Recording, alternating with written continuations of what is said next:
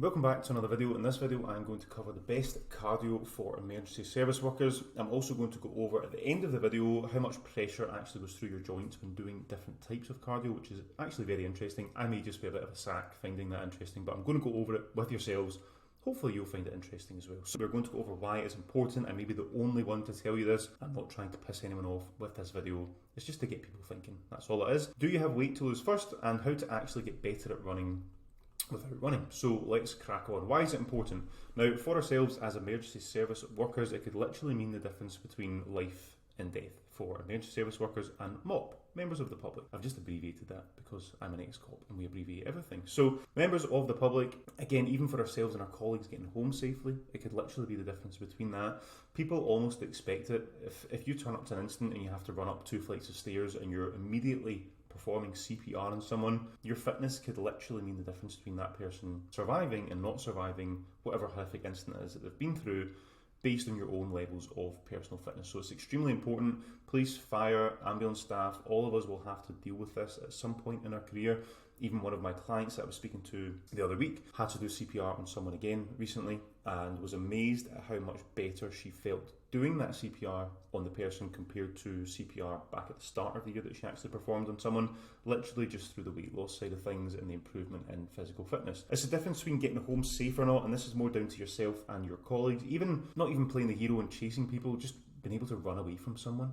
If there's a bad person, a crazy person chasing you with some type of offensive weapon, literally just being able to outrun that person could mean the difference between you getting home safely or not. So it is literally important, especially if you're even looking at chasing people in foot pursuits and catching up with people. You want to be able to keep up with your colleagues. You would feel pretty shit if your colleague caught someone and you gave up on the foot pursuit because you were out of breath and unfit and your colleague was injured or worse and ended up in hospital. You would feel crap about that. So it's extremely important. I have had foot pursuits myself where I have chased someone, caught someone, and there's literally been no one else around. No one else around. There was an incident recently that I heard about. It was basically a call, an ongoing disturbance. 2 cops turned up to the call. One cop got out of the car. Well, both cops got out of the car. One began the foot pursuit and managed to catch the bad person. His colleague actually gave up the foot pursuit. They just stopped. I mean, that is completely unacceptable in my eyes, to stop and risk officer safety just because you're not fit enough to actually do your job properly. As much as the job will tell you we are here to give adults hugs, we are not 100%. We are cops at the end of the day. Most of you watching this will be cops as well. There are bad people out there that you need to deal with, and it's not acceptable. It is absolutely not acceptable. Even the fitness standards in the police now, you don't even have to do 1.5 miles anymore.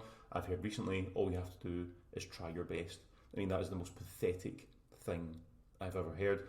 I've even turned up to incidents where someone has shouted in a foot pursuit on the radio, "Oh, so-and-so, we've got a foot pursuit at X, Y and Z street," and you turn up and you say, "Okay, where did you chase them to?" "Oh, I didn't start chasing them because I knew I wouldn't be able to catch them." What? You would be, if I was in charge, I would literally sack you on the spot for not being able to do your job. That's like being a pilot and being unable to fly a plane. It's literally the exact same thing. You can't do your job at that point.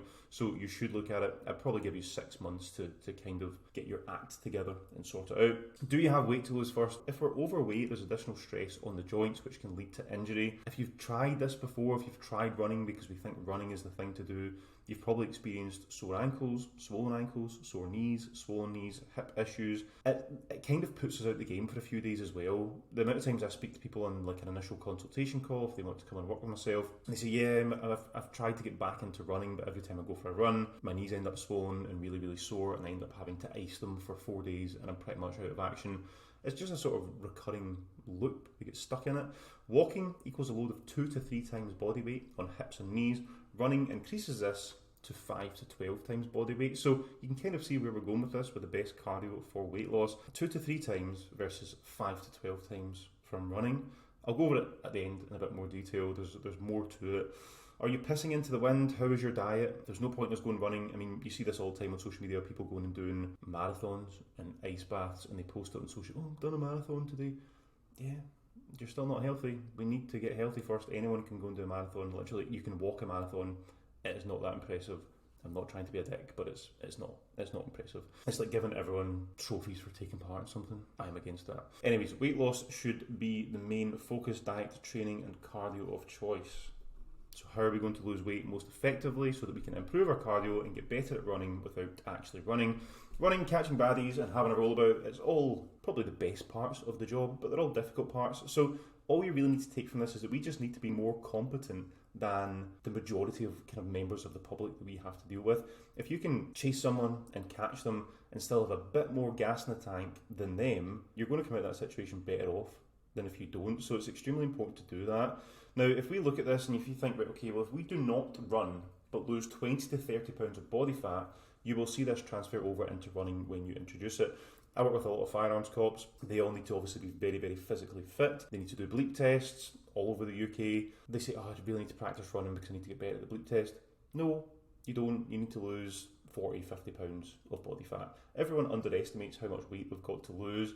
If you lose 40, 50 pounds of body fat, it will 100% improve your bleep test time every single time just by losing the weight first. So that should be the main priority. Again, you're not going to have all of those joint issues that we spoke about, whereas if you are 20 to 30 pounds overweight and you start trying to run and introduce knee, hip, ankle issues as you go through that kind of weight loss phase, you might even be put out of certain departments if you're physically unable to do your job in those departments. So it's extremely important to talk about these things. This is quite interesting. Again, I might just be a bit of a sack for finding this interesting. Losing 1 pound resulted in 4 pounds of pressure being removed from the knees when walking, literally just when walking. So let's say you lose 2 pounds a week, good rate of weight loss. So even 10 pounds of weight loss equals 40 pounds of pressure from walking being removed from the knees and hips. Like, that is amazing. So even over the next 5 weeks, if you lose 10 pounds, you're reducing the pressure on your knees and your hips from walking by 40 pounds. It's fantastic. So, as you can see from the video, the one thing we want to focus on is weight loss first. The best source of cardio for us to actually do that is steps. Again, low intensity, steady state cardio. Without going into the different sort of types of cardio, we have aerobic, anaerobic training, etc. If you think of aerobic training as in the presence of oxygen, the easiest way to think about this is in the presence of oxygen, are we out of breath? No, we're not out of breath, right? Okay, so we're probably in that aerobic zone. If we go into anaerobic training, if you think of that without the presence of oxygen, that's when we're out of breath. So if you're doing something and you're out of breath, that's the way to think about anaerobic training. Now, it's quite interesting because when we do low intensity steady state, when we're in the aerobic training, the main source of fuel used is fat to fuel that. So if you're going out for a walk, the main source of fuel, basically fueling step by step by step, is fat. Whereas if we move into anaerobic training, it becomes more carbohydrate based. So if the result is weight loss from body fat, why not set your training up for that? Again, it's going to reduce the risk of injury massively. Even looking at these numbers, it will reduce the risk of injury massively. And again, it's actually going to help with the fat loss side of things. It's sustainable.